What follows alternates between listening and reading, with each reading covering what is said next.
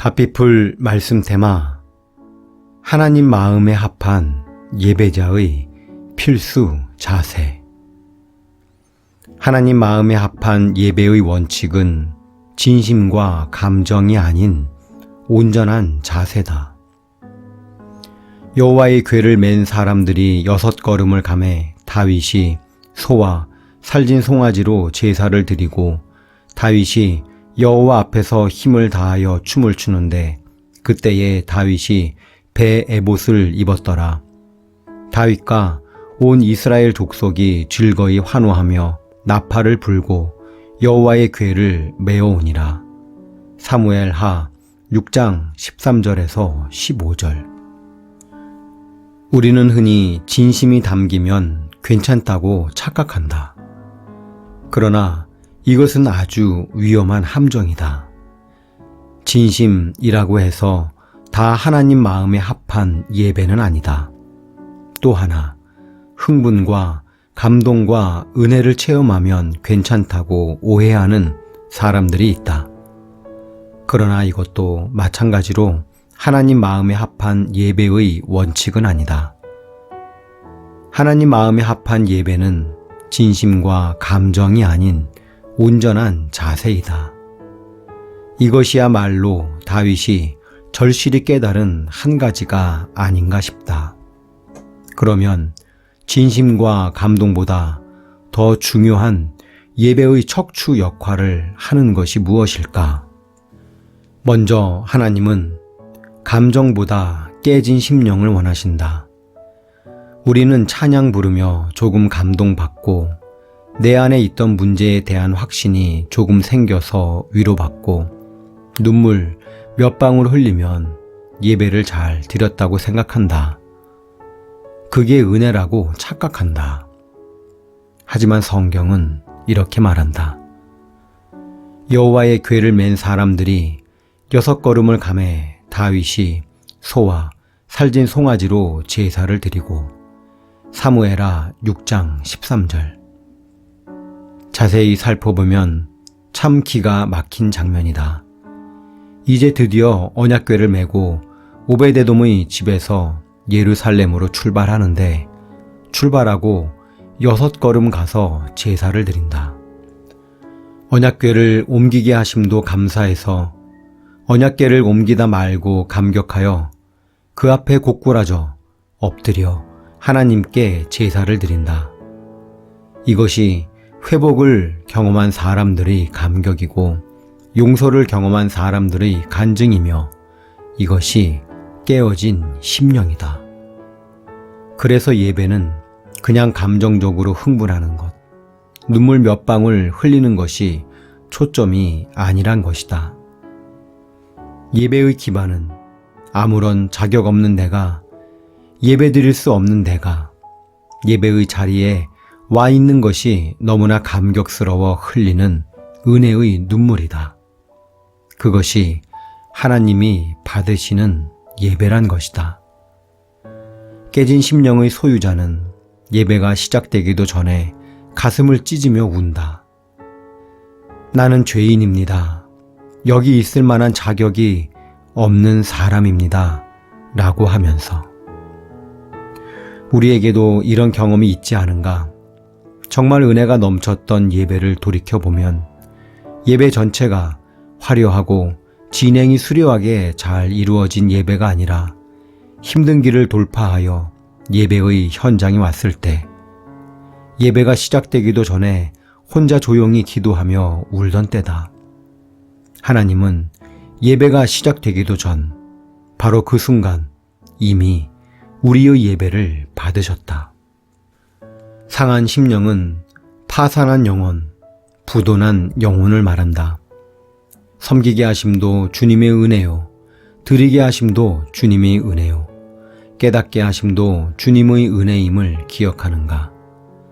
예배는 내 능력껏 펼치는 것이 아니다.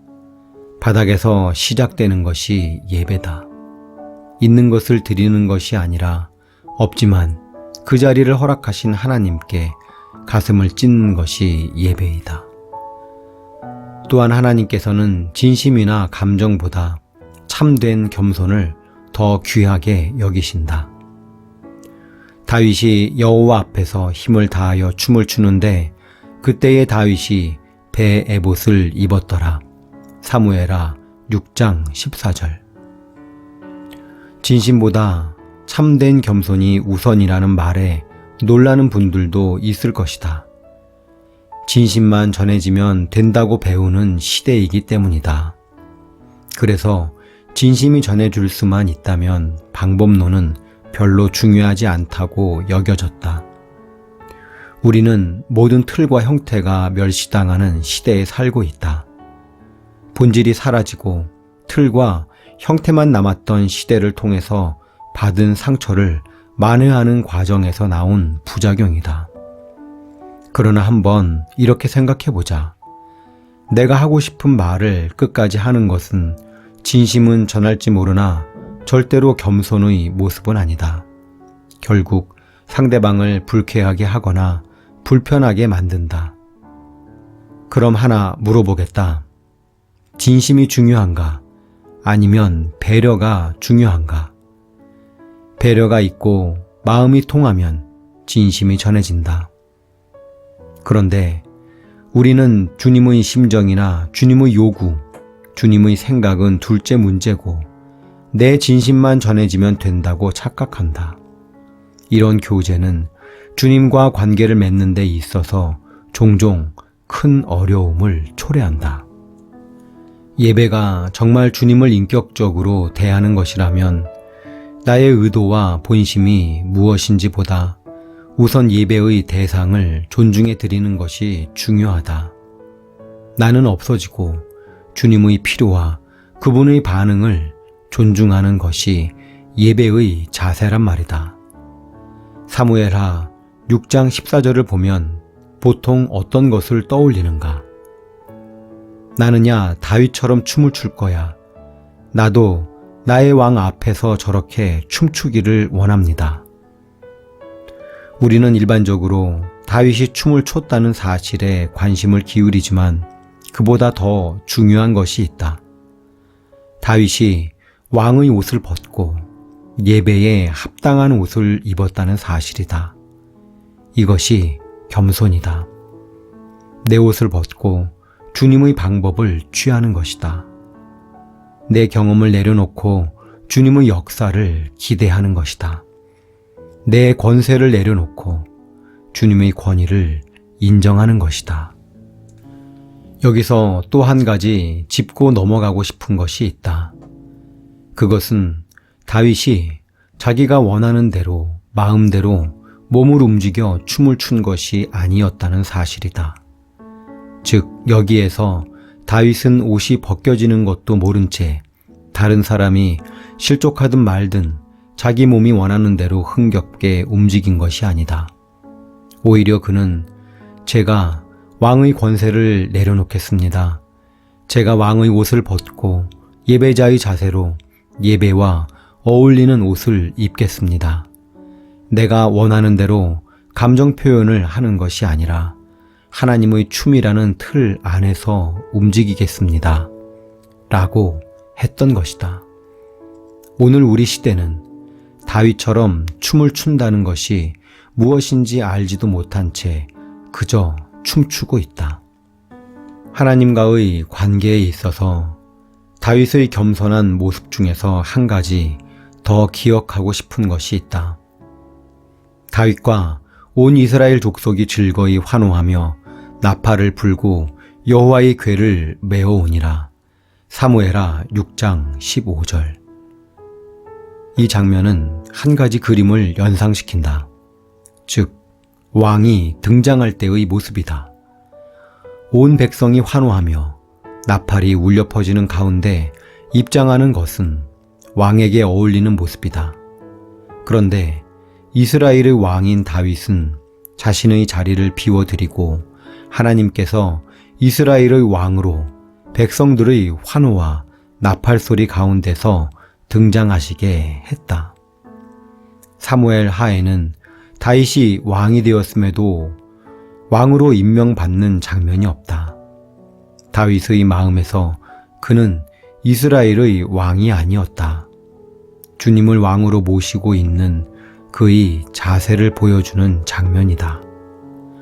주께서 다스리소서. 나는 하나님을 섬기는 제사장일 뿐입니다. 그렇기 때문에 하나님의 언약궤가 예루살렘으로 입성하는 국가적 행사가 다윗이 왕으로 임명받는 과정을 대신하는 것이다. 이것이 겸손이다. 이 겸손이 하나님 마음에 합한 예배자의 필수 자세다. 내 자리를 비워 드리는 것이다.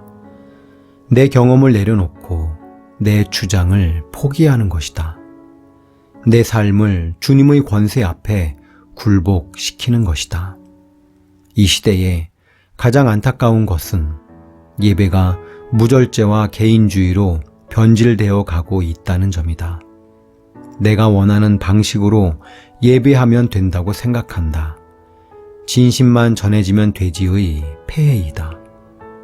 그렇다 보니 겸손이 없다. 이제 하나님 앞에서 참된 예배자의 자세로 겸손의 자리로 돌이키는 은혜가 있으면 좋겠다. 다니엘 김의 완주자 중에서 가피풀 말씀 테마 하나님 마음에 합한 예배자의 필수 자세